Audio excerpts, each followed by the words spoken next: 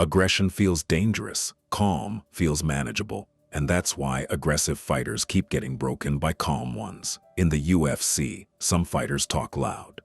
Some talk reckless. Some talk because silence makes them nervous. Islam Makhachev doesn't do any of that. He doesn't sell fights with jokes. He doesn't build hype with threats. He doesn't argue in interviews, because in his world, you don't prove confidence with words. You prove it with control. And that's why certain opponents make the same mistake with Islam. They hear the quiet, they see the calm, and they mistake it for weakness, for something they can exploit, for an opening that doesn't exist. But Islam doesn't break when you provoke him.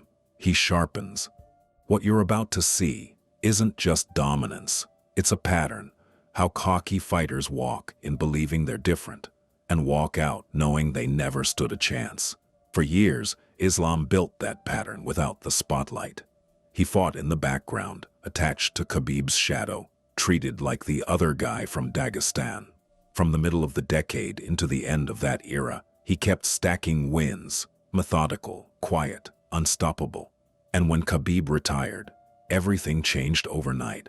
Suddenly, Islam wasn't a teammate or a shadow. He was the one carrying the weight of the legacy. And the next opponents didn't just have to beat a fighter. They had to beat an entire philosophy of combat that turns confidence into exhaustion. The first real test after Khabib's retirement was Dober. Tough, durable, battle-tested. The kind of guy who looks at grapplers and thinks, I can weather the storm. And Dober wasn't alone. A lot of people weren't convinced the hype was justified. Because here's the thing about fighters like Islam. Until you experience it, it sounds manageable. He'll wrestle. He'll control. He'll grind. That's what people say before the fight. Then, the cage door closes, and they discover what it actually feels like. Islam didn't rush Dober. He didn't chase a brawl. He waited for the moment Dober had to commit, and then Islam attached to him like a python. The takedown came early, and once the fight hit the mat, Dober learned the difference between surviving a position and surviving against suffocation. Every time Dober tried to stand, Islam was already repositioned. Every time Dober fought the hands, Islam found a new angle. Every time Dober created space, Islam erased it like it never existed. This is the part people don't understand about Islam's game. He doesn't just hold you down. He makes you work toward nothing. He makes you burn energy without gaining an inch. And when that realization hits, panic starts seeping in, because you're not losing in one moment. You're drowning in real time. Late in the fight, the finish came like most of Islam's finishes do.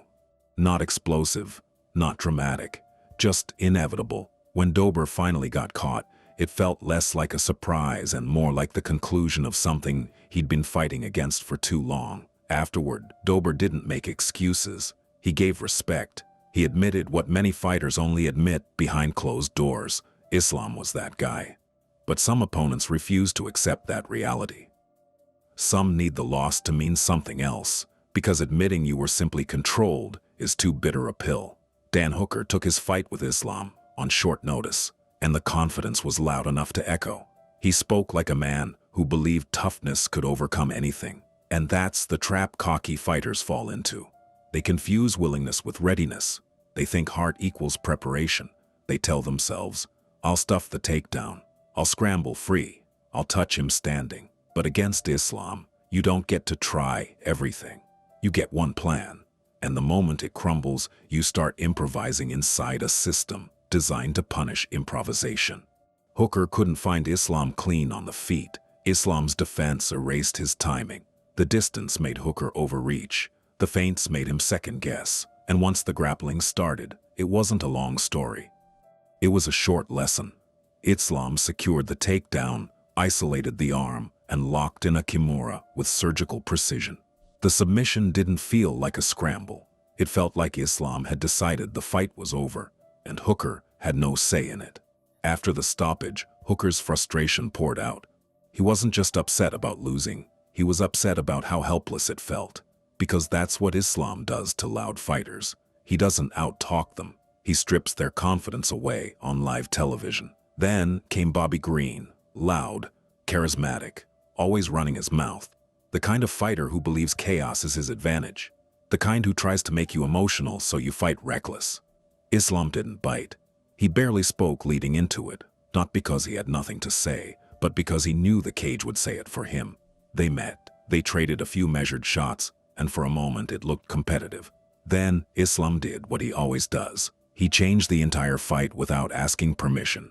One clinch, one adjustment, one sweep, and suddenly Bobby Green was flat on his back, staring at a ceiling he didn't expect to see. From top position, Islam didn't hunt for a quick submission.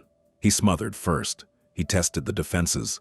Then he started landing punches that weren't meant for an instant knockout. They were meant to break his will. It ended fast, TKO in the first round.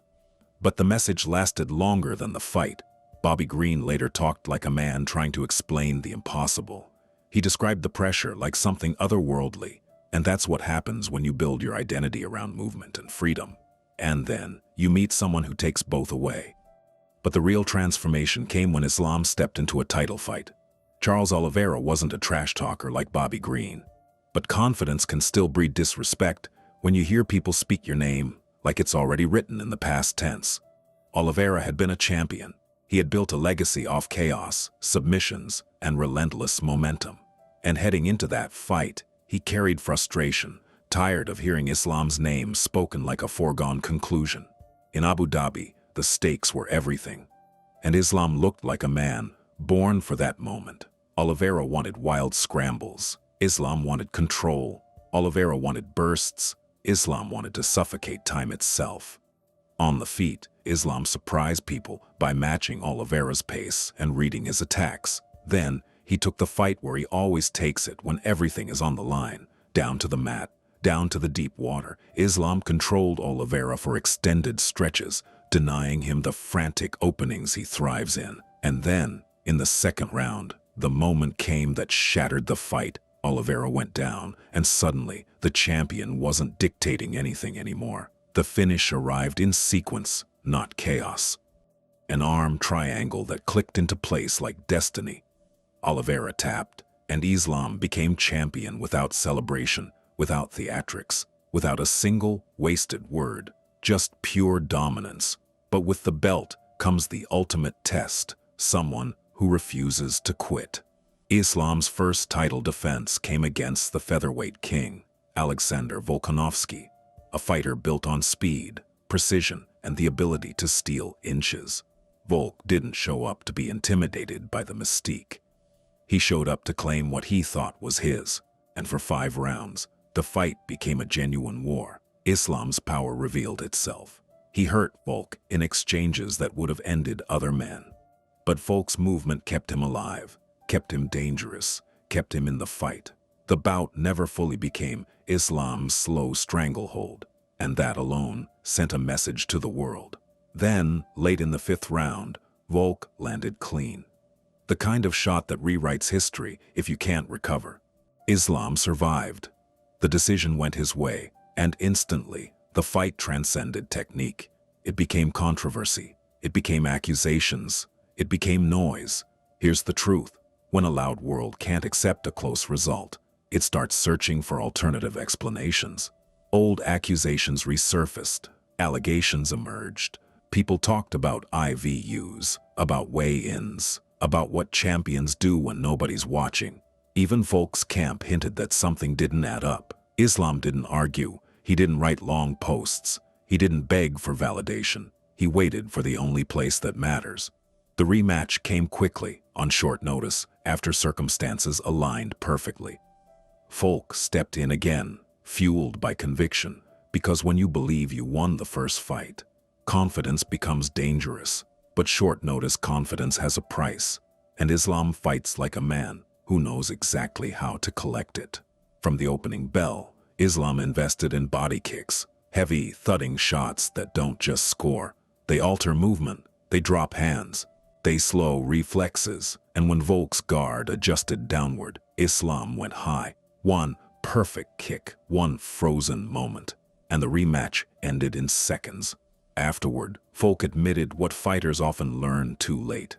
Bravery is not the same as preparation. Against a champion like Islam, small gaps don't stay small. they become fatalities. Now Islam sits at the top with a different kind of problem, finding opponents who can force him into a fight he doesn't control. Two names keep circling: Arman Tsarukyan, a dangerous wrestler with the youth and relentless pace to push back, and Justin Gaethje, a man forged in violence who turns every moment into a war.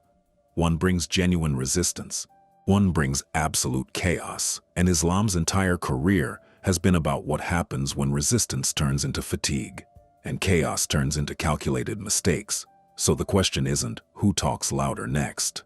The question is, who can maintain their confidence when the fight goes silent? When the crowd fades, the clock crawls, and Islam starts tightening the grip. Because against Islam Makhachev, disrespect doesn't fuel him. It simply tells him exactly who to dismantle.